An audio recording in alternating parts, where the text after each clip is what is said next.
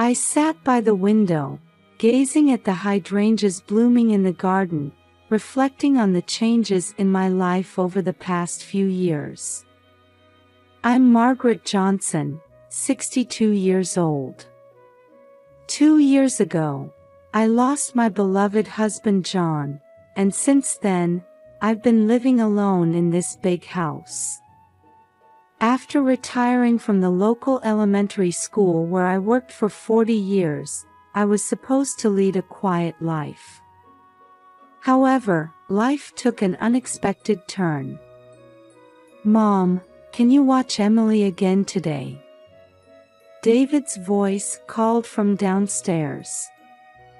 I stood up with a deep sigh. "Of course, David. I'll be right there." As I descended the stairs, I saw my son David and his wife Karen hurriedly preparing for work as usual. And there was my 3-month-old granddaughter Emily, starting to fuss in her crib. "Thanks, Mom," David said gratefully, but his eyes were already glued to his smartphone screen. Karen was busy with her makeup, not even bothering to look our way. I picked up Emily and gently kissed her little head. "Good morning, my angel. Let's have another lovely day together." David works as an accountant, and Karen as a real estate agent, both leading busy lives. Since Emily was born, I could feel their demeanor deteriorating more and more, with the added burden of childcare on top of work stress. "Mom, we'll be late again tonight. Can you put Emily to bed?" Karen said while fixing her hair in the mirror. "Yes, of course," I answered, but inside, I felt a mix of emotions. While I'm happy to take care of my granddaughter, I can't shake the feeling that my own time is being taken away. After David and Karen left for work, I carried Emily to the kitchen. "Come on, let's make breakfast together, sweetie."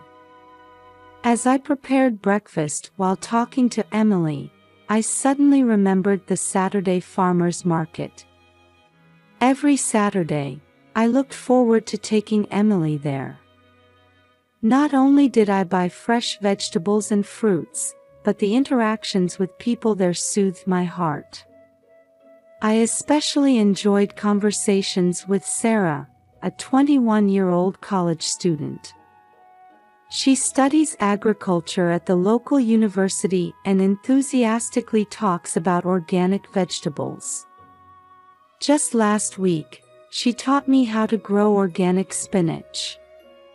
"You know, Emily, we'll see Sarah again on Saturday. She's really looking forward to seeing how you've grown." Emily moved her tiny hands as if she understood my words. I couldn't help but smile at her gesture. "That's right, I promised Sarah we'd meet again next week. I'm sure she's looking forward to it." Looking out the window while holding Emily, I saw Mrs. Wilson, our neighbor, tending to her garden. She's also an elderly woman living alone. I enjoyed having tea with her occasionally and talking about our grandchildren. However, recently, with the increasing friction with David and Karen, it had become difficult to have such peaceful moments. They seemed to think it was natural for me to take care of Emily, rarely considering my own time or feelings. "Oh, John. How I wish you were here," I whispered, gazing at a photo of my late husband. Emily made a small cooing sound.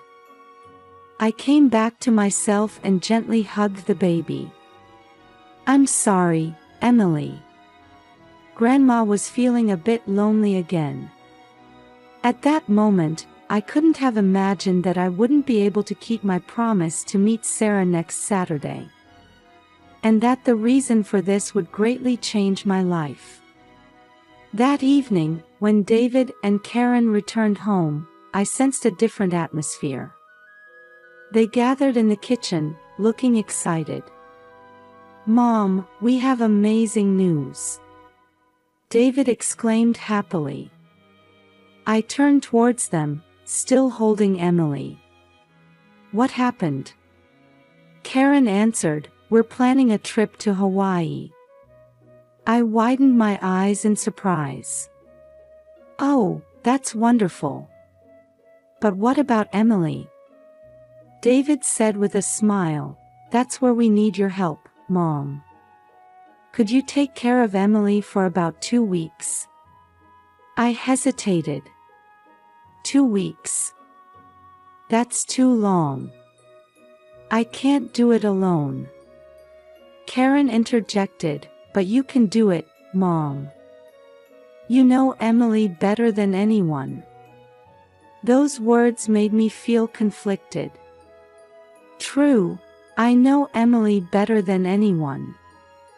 But taking care of her alone for 2 weeks would be physically and mentally challenging. The next day, David and Karen went shopping at Costco. I stayed home with Emily, recalling their conversation. A few hours later, they returned with large shopping bags. "Mom, look. We bought sunscreen and beach sandals for the trip," Karen showed me excitedly. I smiled wryly and replied, "That's nice. But have you decided about Emily?"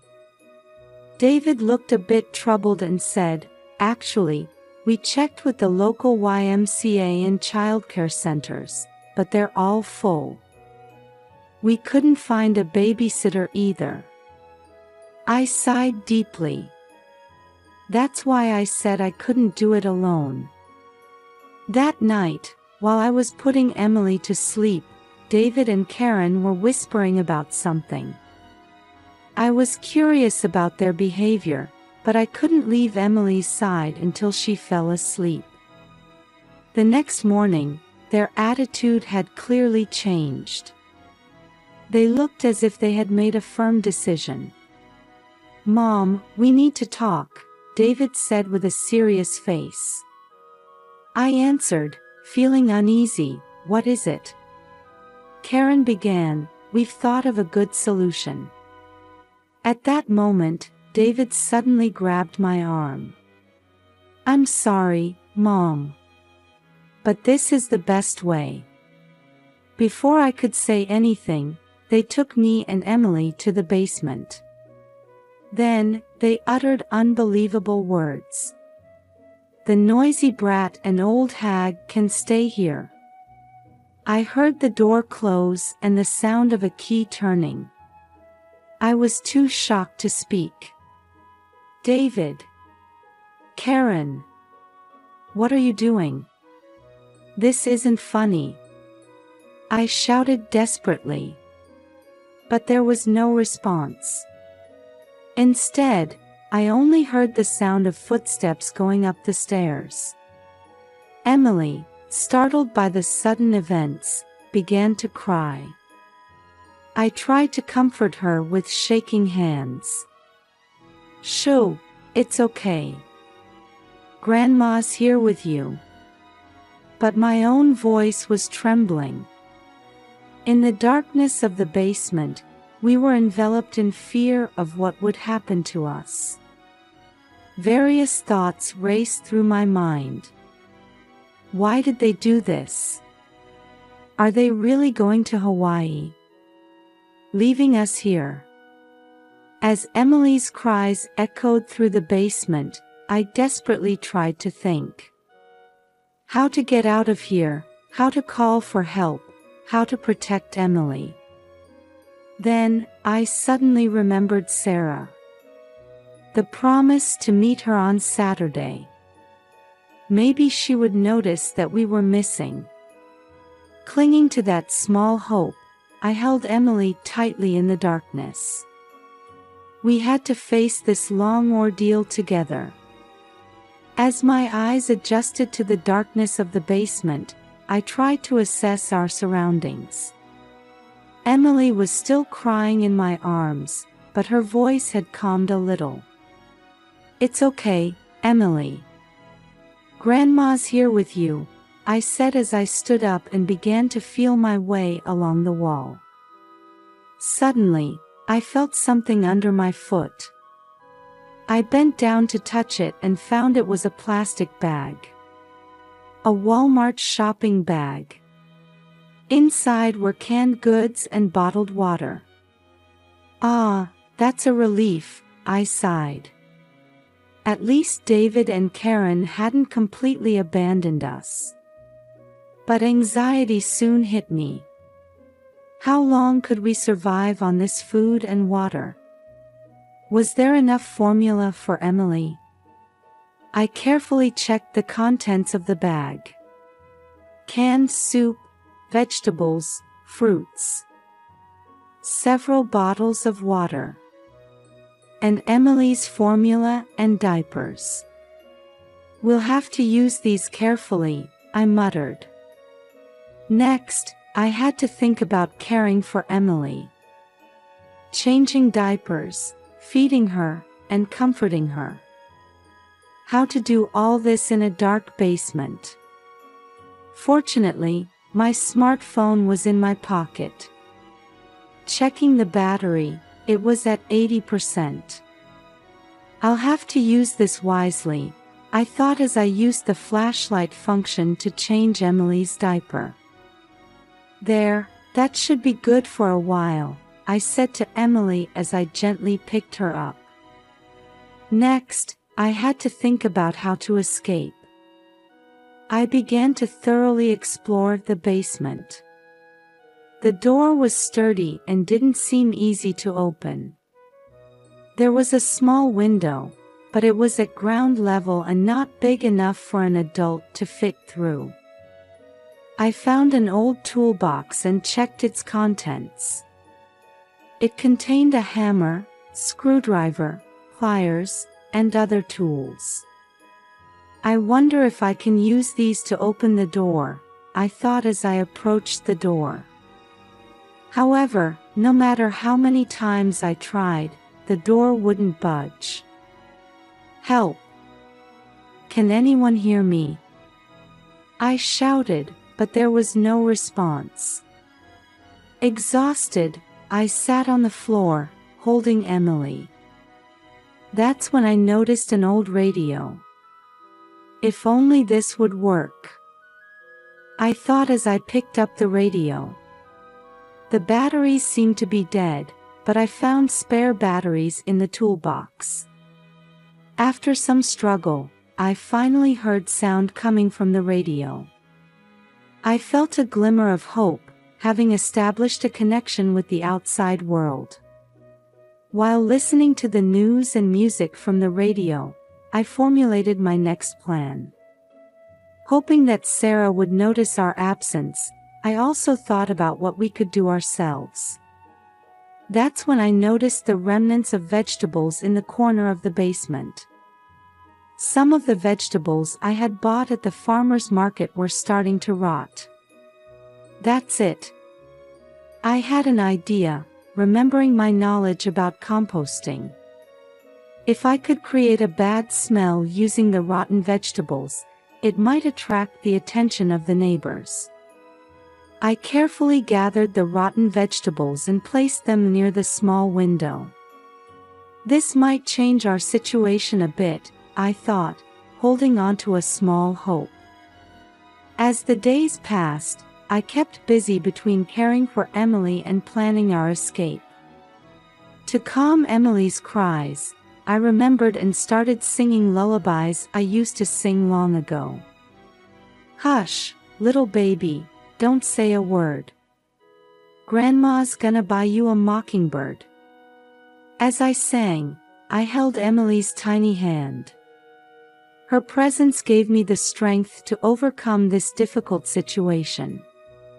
Managing the food and water was challenging. I minimized my own portions to ensure Emily had enough nutrition. I ate the canned goods little by little and rationed the water daily. Every day, I tried to pry open the door. I attempted to break the lock or remove the hinges using tools from the toolbox. But all attempts failed. I continued to call for help through the small window as loudly as I could. Help! Can anyone hear us? We're in here.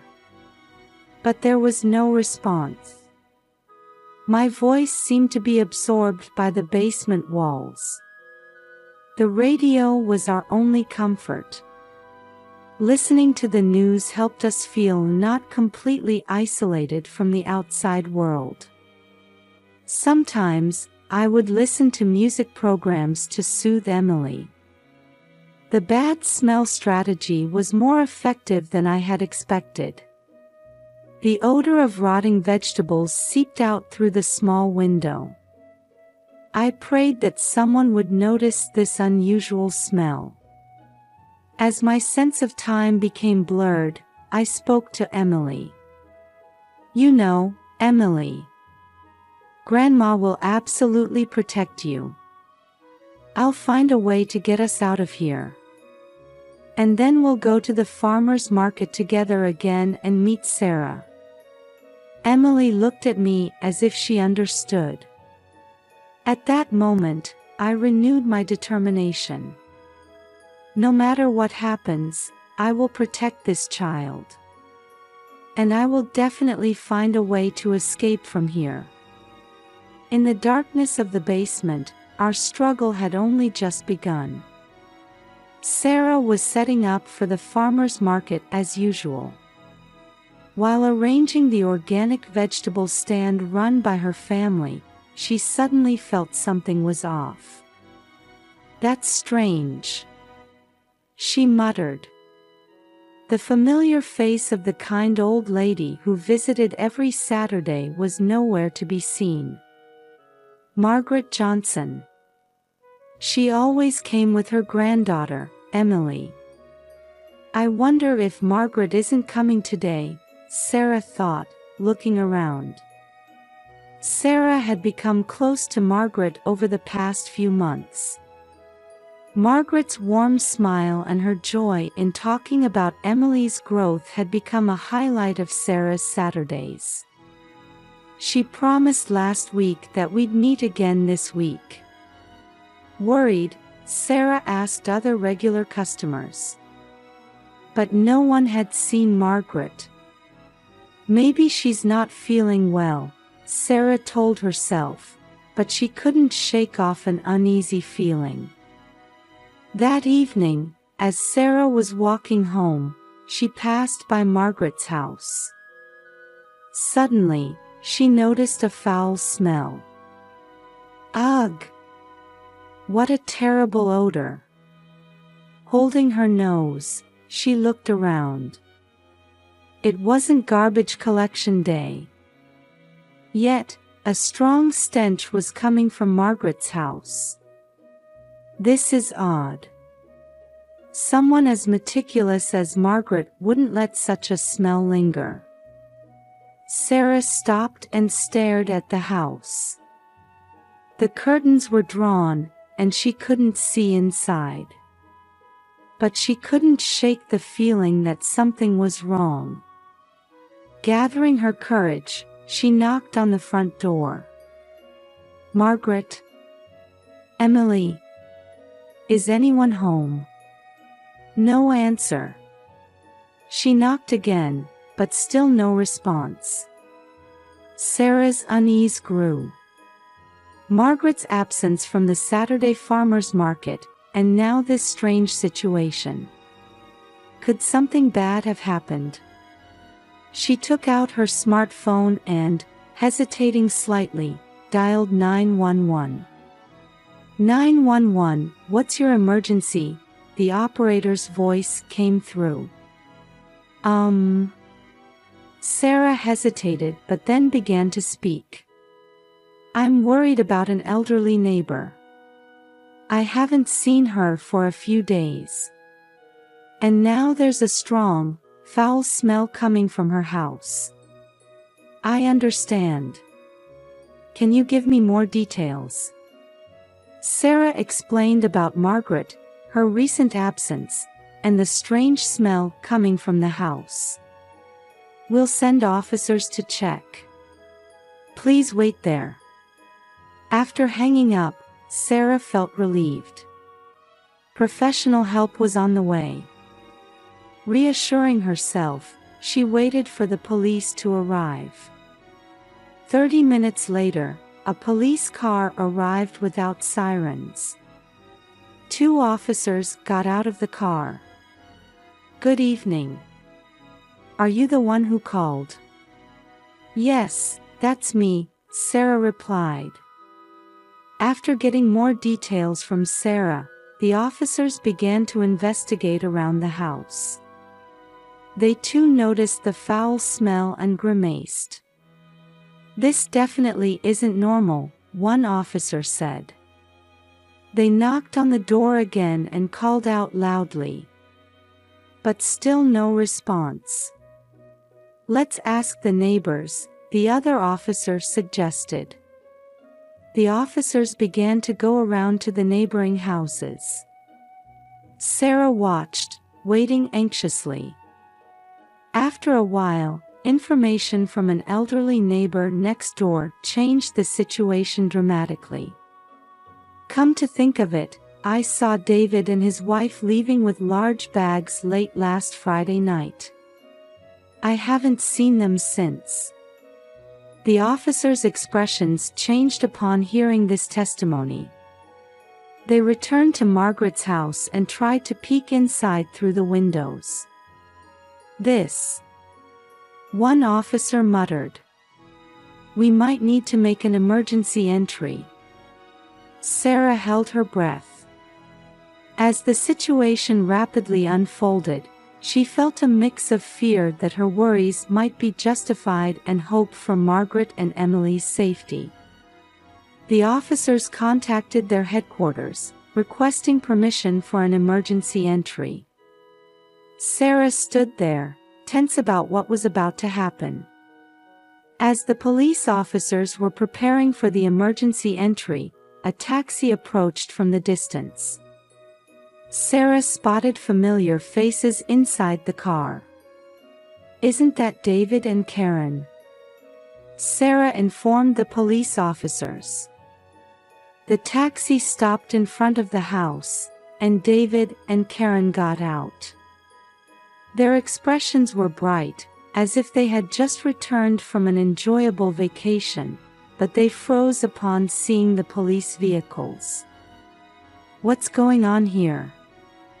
David shouted in surprise. Karen stood still, holding her luggage. The police. Why? A police officer approached them. Are you David Johnson and Karen Johnson? Yes, we are. David answered. Did something happen? At that moment, the wind direction changed, and the strong stench from the basement reached their noses. Ugh! Karen held her nose. What's this smell? The color drained from David's face. How did this happen? Don't tell me. The police officer said sternly, we need to check on your mother and the baby's safety. Can you open the basement, please? David and Karen were at a loss for words, looking at each other.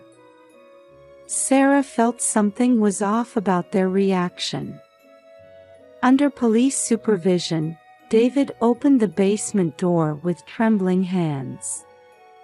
As soon as the door opened, an even stronger stench wafted out. Grandma! Emily! Sarah cried out instinctively. The police officer carefully descended the stairs, shining a flashlight. When the scene in the basement was revealed, everyone gasped.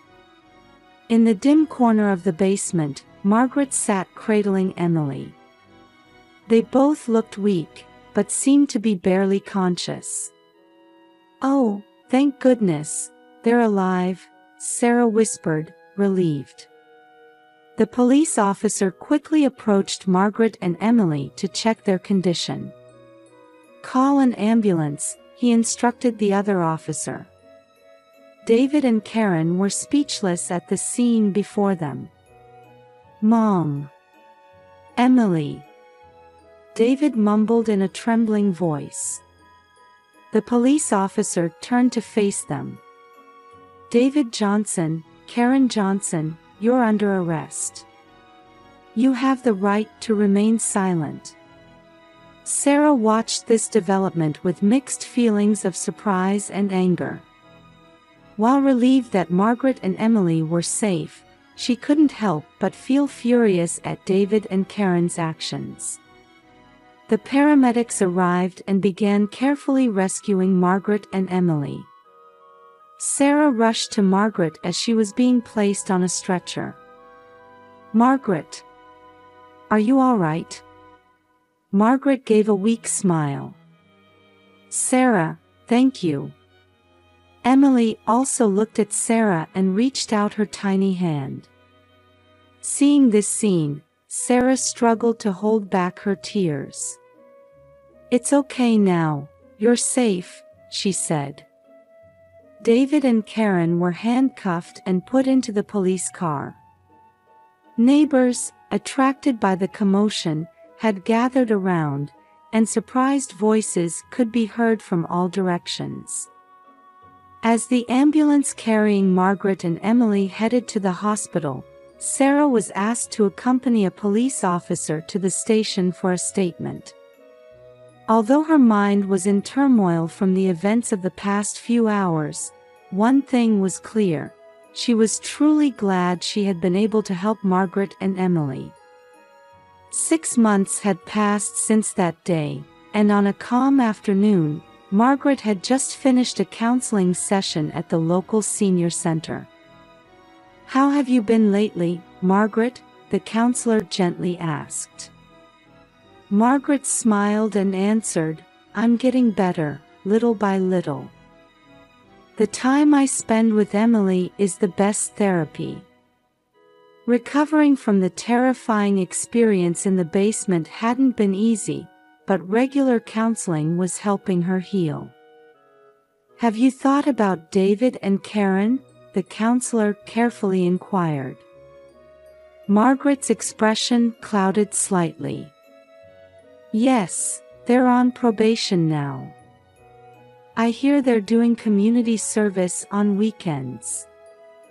As a result of the trial, David and Karen were sentenced to 3 years of probation and 200 hours of community service. They had shown deep remorse and had sent Margaret several letters of apology. "I went to see them for the first time last week," Margaret continued. "They both seemed truly regretful.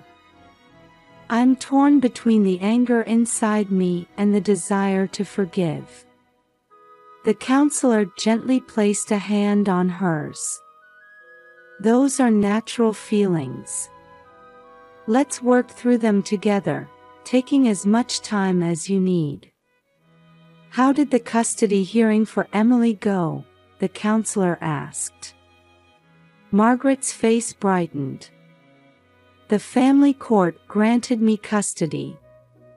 Emily is officially under my care now." The trial had been tough, but Margaret's devoted love and testimonies from community members, including Sarah, had influenced the judge's decision. "That's wonderful news. Congratulations," the counselor sincerely congratulated her. After the counseling session, Margaret headed to another room in the senior center. There, a support group for abuse victims was being held. "Hello, everyone," Margaret said as she entered the room, and the participants warmly welcomed her. This support group had become a significant support for Margaret. By sharing her experiences and listening to other victim stories, she could feel that she wasn't alone. After the meeting, Sarah was waiting outside. "Margaret, how did it go?" Margaret's face lit up at the sight of Sarah. "Sarah, thank you for coming." The two went for a walk in a nearby park. Emily was sleeping in her stroller. "Sarah, if it weren't for you, we might never have gotten out of that basement," Margaret expressed her gratitude. Sarah smiled shyly. "I only did what anyone would do. I think protecting those we care about is something everyone can do." Margaret was deeply moved by her words. "I'm truly grateful for your courage and kindness." Sitting on a park bench, they continued talking while watching Emily's sleeping face. "I heard you met with David and Karen," Sarah asked quietly. Margaret nodded slowly. "Yes. They both seemed to really regret what they did. They asked for my forgiveness." Sarah chose her words carefully. "Whether to forgive them or not is up to you, Margaret. There's no need to force yourself." "I know," Margaret took a deep breath. "But holding on to hatred is tiring too. I want to find a path to reconciliation, little by little." Emily woke up and started to cry softly. Margaret gently picked her up, and the baby calmed down immediately. "I want to create a better future for this child," Margaret said, softly stroking Emily's cheek. "And for that, forgiveness might be necessary." Sarah was touched, her eyes welling up. "Your strength never ceases to amaze me, Margaret." The two felt a deep bond that transcended generations. For Margaret, Sarah was like a daughter and a best friend. "Come on, let's take Emily to the farmer's market," Margaret suggested. "Fresh fruit is the best way to celebrate the beginning of a new life." Sarah nodded with a smile. "That's a lovely idea. Let's go." The two of them, along with Emily, left the park in the gentle afternoon sunlight. The future of this small family, bound by new ties after overcoming hardship, was filled with hope.